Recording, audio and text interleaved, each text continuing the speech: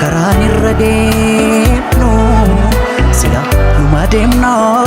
numa deemna maaliif galmaan geenyu karaan nu qabe moo garaa dhala maaf gahuu dadhabne duunee gumaa dhabne lammi koo amma hoogame odoon tammaate saba koof namoonni gabe duunee gumaa dhabne lammi koo amma hoogame.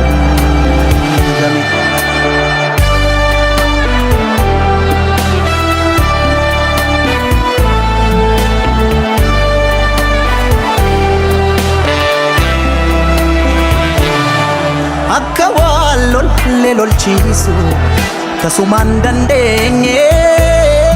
akka diina lollee ofirraa qolachuu danda'amne garaa laafnee buluu keenyaan diinaaf salphaa taane jaarraa tokkoof du'aa turre kunoo har'as duune malmallisa malmallisa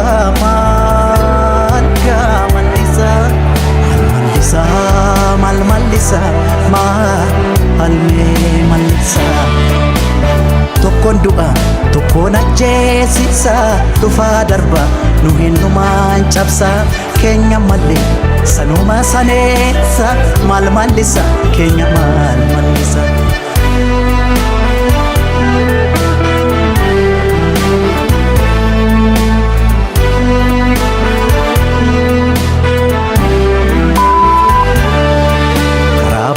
Kamno yoomnu dhibee karaan irra deemnu sila numa deemna maaliif galmaan geenyu karaan nu qabe moo garaa dhala maaf gahuu dadhabne duunee gumaa dhabne lammi koo amma hoogame odoon tammaate lammi koo amma gabe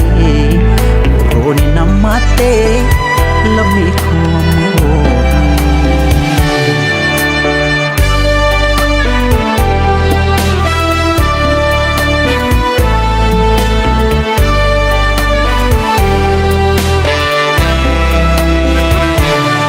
hayyuuf gootame qarjoobne kunoo har'a geenye annooleef calanqoorra tarraan bishooftuutti raajii taane garaa laafnee buluu keenyaan diinaaf salphaa taane waggaa dhibbaaf du'aa turre kunoo har'as duune malmallisa malmallisa malmallisa malmallisa malmallisa tokkoon du'a tokkoon ajjeesisa dhufaa darba nu hindumaan cabsa keenya malee sanuma saneessa malmallisa keenya malmallisa malmallisa